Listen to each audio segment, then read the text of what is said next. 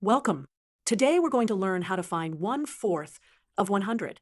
Let's write this as a multiplication problem. 1/4 times 100. When we see a fraction like 1/4, we can think of it as dividing by 4. So finding 1/4 of 100 is the same as dividing 100 by 4. Let's visualize this with squares. Here we have 100 small squares arranged in a 10 by 10 grid.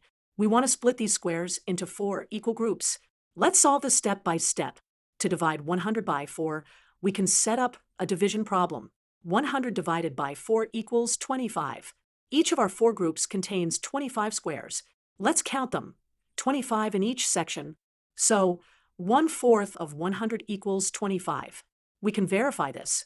25 times 4 equals 100, which means we've correctly divided our original number into 4 equal parts. To summarize, to find 1/4 of a number, we divide that number by 4.